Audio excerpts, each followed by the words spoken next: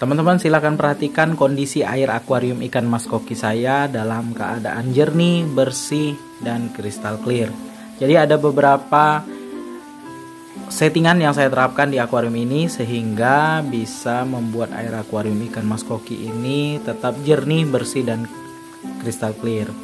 Jika teman-teman ingin air akuarium ikan mas kokinya seperti ini, silakan simak video ini. Saya akan jelaskan susunan media filter yang saya gunakan, kemudian settingannya seperti apa, dan perawatannya seperti apa. Halo, assalamualaikum warahmatullahi wabarakatuh. Kembali lagi di channel Lebung Berani. Apa kabarnya teman-teman sekalian? Semoga teman-teman yang menyaksikan video ini dalam keadaan sehat walafiat dan ikan-ikan hias yang teman-teman pelihara di akuarium juga dalam keadaan sehat. Oke teman-teman, di video kali ini saya ingin membahas tentang settingan akuarium ikan mas koki, susunan medianya seperti apa, dan juga bagaimana cara saya membuat air akuarium ikan mas koki saya ini tetap selalu jernih, bersih, dan kristal clear.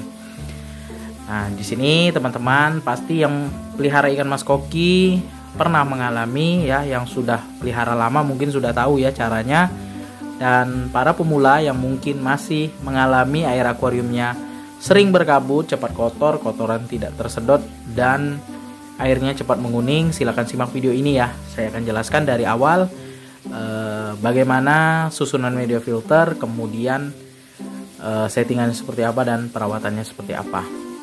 Jadi teman-teman, baik pengguna sump filter ataupun top filter sama saja ya.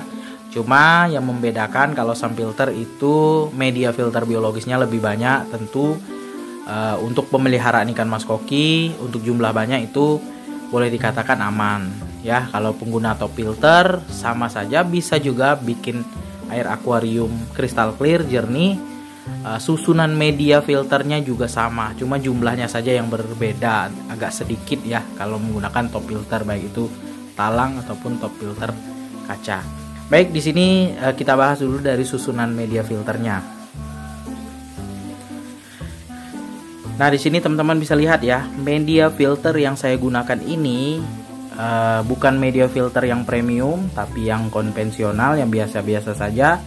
Tapi di sini sangat efektif digunakan untuk filtrasi, baik itu biologis dan mekanis akuarium ikan mas koki saya. Memang di sini teman-teman mungkin bilang ya bahwasanya saya pakai sump filter jelas air akuariumnya jernih. Tapi tidak juga teman-teman, ada juga yang pakai sump filter masih mengalami air akuariumnya sering berkabut, kemudian cepat kotor, cepat menguning.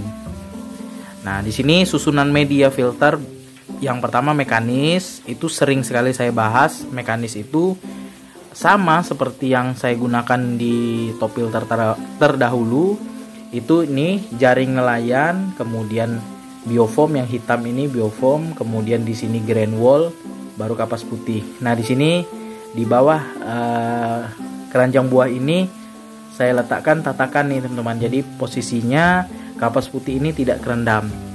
Cuma bedanya kalau di top filter kemarin saya pakai grain wallnya 1 lapis. Kalau ini saya pakai 2 lapis. Ya, kapas putihnya terkadang saya pakai 2 lapis. Kalau misalnya kapas putih ini sudah mulai rusak, nah ini di bagian atas. Kemudian kapas putih yang baru saya letakkan di bawah. Nah, untuk mekanisnya seperti itu saja. Kenapa saya buat berlapis? Karena lebih maksimal dalam menyaring kotoran. Nah, di sini ya lubang input, maksudnya air ke sump filter. Ini sedikit banyak kotoran halus maupun kasar itu tersaring di jaring nelayan. Ya. Nah, kemudian dialirkan lagi airnya ke biofoam, tersaring lagi kotoran halus dan kasarnya sedikit banyak ya. Bukan kotoran kasarnya saja ya. Kemudian baru ke grain wall teman-teman. Bisa grain wall itu sama kinerjanya dengan kapas putih ya. Kalau teman-teman tidak mau pakai kapas putih nggak masalah, pakai grain wallnya bisa 3 lapis teman-teman ya. Nah, ini saya pakai kapas putih karena saya punya banyak kapas putih teman-teman. Saya beli 1 gulungan ya, banyak, mungkin ya 2 tahunan itu baru bisa habis kalau penggunaan akuarium seperti saya ini. Nah, itu ya susunan media mekanisnya seperti ini. Ini dipastikan air akuarium kalian akan bersih menuju ke media filter biologis ya. Di filter biologisnya nanti diproses amoniaknya ya. Di sini perbedaannya dengan top filter saya terdahulu. Bedanya di sini pakai Kaltnes ya. Kemarin di top filter cuma batu apung sama bioring. Tapi kalau kalian mau pakai batu apung full semua, tidak pakai bioring, pakai batu apung semua, itu lebih bagus juga teman-teman ya. Sama saja. Ini karena Kaltnesnya saya sudah banyak ada punya, jadi saya gunakan saja. Ya, ini batu apungnya ini karena pakai SAM filter, ini sekitar 3 karung lebih, hampir 4 karungan ini batu apungnya ya, lumayan banyak. Jadi filtrasinya untuk biologis itu bisalah untuk pelihara ikan mas koki lebih dari 15 ekor ya di akuarium 150 cm.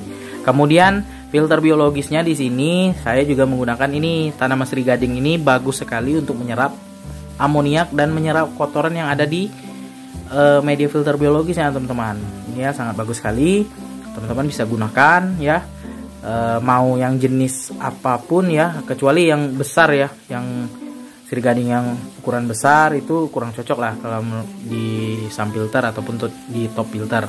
Kalau yang warna putih atau yang seperti saya ini itu sangat bagus sekali ya. Untuk media filter biologis terserah teman-teman mau pakai yang ini atau yang pakai Kaltnes ya, nggak masalah teman-teman.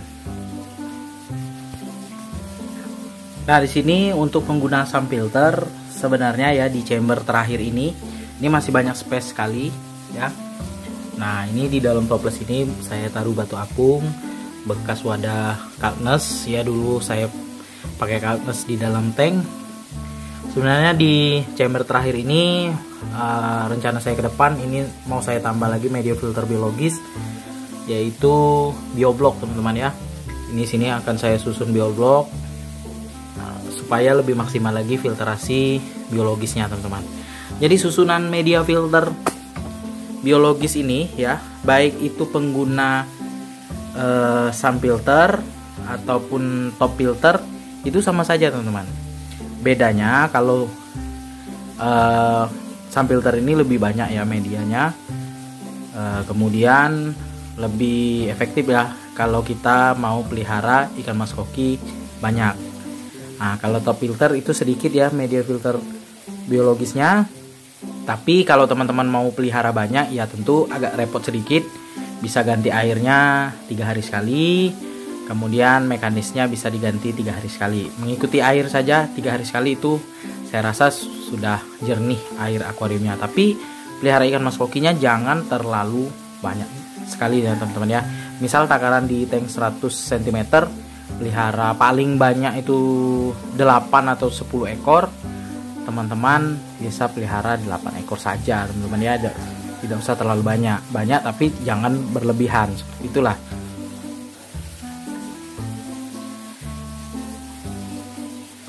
Kemudian untuk pompa yang digunakan, kalau menggunakan top filter itu sesuaikan dengan kebutuhan akuarium ikan mas koki kalian ya. Misal nih di dalam tank akuarium kalian itu volume airnya 150 liter ya. Nah 150 liter misal menggunakan di pompa 2000 liter per jam teman-teman. Itu takaran untuk tank 1 meter. Nah biasanya seperti ini teman-teman ya. Untuk rumusan untuk menentukan pompa akuarium yang digunakan, misal panjang akuarium dikali lebar akuarium kali tinggi akuarium, dapat hasilnya dibagi 1000. Nah dapat hasil dibagi 1000 itulah volume air yang ada di dalam tank akuarium kalian. Kemudian dikali 8 ya, hasil volume air tadi dikali 8 misalnya dapatnya 1600, artinya 1600 liter per jam kalian gunakan. Tapi pada kenyataannya ya 1600 liter per jam terkadang kurang maksimal digunakan untuk takaran air sekitar itu ya teman-teman. Jadi biasanya penghobi dikali 10 teman-teman, dapat panjang akuarium dikali lebar akuarium dikali tinggi akuarium, kemudian dibagi 1000 dapat hasilnya dikali 10. Nah dapat di hasil dikali 10 terkadang juga dilebihkan teman-teman, misalnya dapat 2000 liter per jam, kemudian naik lagi pompanya jadi 2200 liter per jam.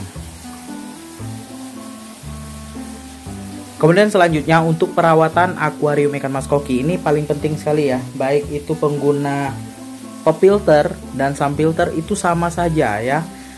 Menentukan air akuarium itu jernih, bersih dan kristal clear itu dari perawatan juga teman-teman. Perawatan di sini yang pertama yaitu rutin mengganti air ya. Bergantian air ini bisa teman-teman lakukan 1 minggu sekali. Kalau pengguna sump filter itu bisa di angka 20-30%. Tergantung banyak ikan yang dipelihara juga ya. Kalau ikannya seperti saya ini sedikit, ini ya 30% masih aman. Tapi kalau 2 kali lipat, misalnya ini jumlahnya 5 nih, 5 ikan mas kokinya 5, kometnya 2 ya. Kalau pelihara lebih dari 10 ekor bisa di 50% ya, karena kualitas airnya pasti akan menurun sangat banyak. Jadi diganti 50% ya. Nah, untuk pengguna top filter saran saya di 50%. Lebih dari 50% ya sekitar 70% lah ya diganti. Kalau misalnya ikan yang dipelihara cukup lumayan banyak. Biasanya di hari ke-6 itu air akuarium sudah agak mulai menguning kalau pengguna top filter teman-teman. Itu ya.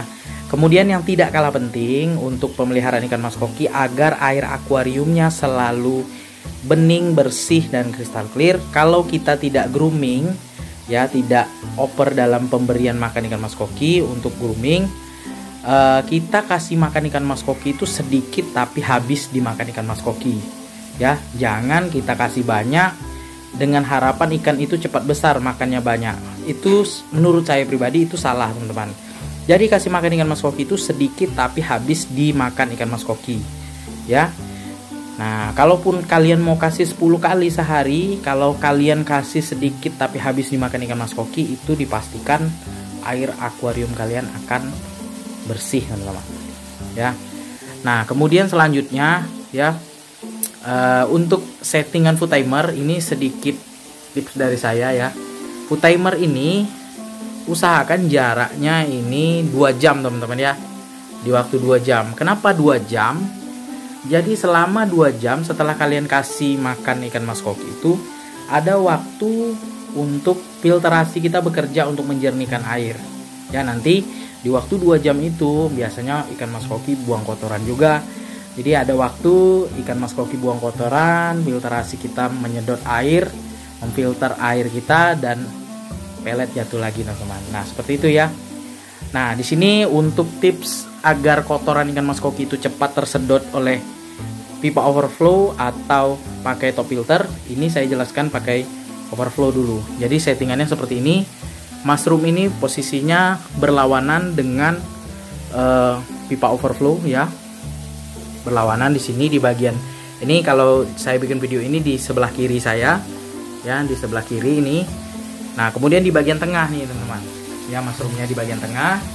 Kemudian ini food timernya berdekatan dengan mushroom, tidak di tengah ya. Kenapa di berdekatan dengan mushroom? Nanti ketika pelet jatuh ke bawah ya, ikan mas koki akan berenang nih, peletnya tenggelam, itu akan menciptakan arus dan kotorannya akan terdorong oleh arus yang diciptakan oleh sirip ikan mas koki dan ekor mas koki. Kemudian sedikit dorongan dari mushroomnya teman-teman. Nah, itu ya. Nah, kemudian kalau misalnya teman-teman malam hari ya, ketika mau istirahat, ini kan mushroomnya agak berisik nih teman-teman. Ini silahkan kalian kecilkan saja, kuncupkan seperti ini ya, dia tidak berisik. Kemudian dia akan jadi wake maker atau pendorong alami, menciptakan arus alami, mendorong kotoran yang ada di bawah ya. Nah, ini sering sekali saya lakukan ketika malam hari sebelum tidur. Jadi dia akan mendorong kotoran ke pipa overflow-nya teman-teman. Nah, seperti itu ya. Nah, kemudian ini ya saya akan perlihatkan food timer menjatuhkan pelet ikan mas koki saya. Nah, itu sudah jatuh peletnya. Nah, itu jumlah pelet yang jatuh ke akuarium saya, jumlahnya sedikit, itu sedikit langsung dimakan ikan mas koki ini teman-teman. Jadi tidak ada pelet yang bersisa, paling bersisa ya 1-2 lah ini ya peletnya. Nah, itu ya teman-teman Jadi begitulah settingan yang saya terapkan di akuarium ikan mas koki saya, teman-teman. Ini pakai overflow. Nah, kemudian bagaimana dengan top filter supaya kotoran itu cepat tersedot? Nah, kalau pakai top filter itu sama ya, lubang outputnya, misalnya lubang outputnya di belakang tuh, dibuat pakai pipa elbow ya. Ini anggap saja pipa turunan dari top filter. Di sini pakai elbow, teman-teman. Dia kan di ujung sana tuh. Nanti pakai elbow, dibuat serong.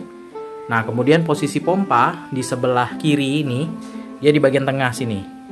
Ya, jadi kotoran di bawah itu didorong, langsung akan tersedot oleh pompa akuarium, dan menggunakan pompa akuarium sesuai dengan kebutuhan akuarium kalian, ya. Nah, itu saja pembahasan saya kali ini. Semoga bermanfaat. Sekian dulu video saya kali ini. Jangan lupa dukung terus channel Lebung Berani dengan cara subscribe, like, komen, serta share videonya agar channel Lebung Berani makin berkembang dan terus menginspirasi teman-teman para penghobi ikan hias mas koki.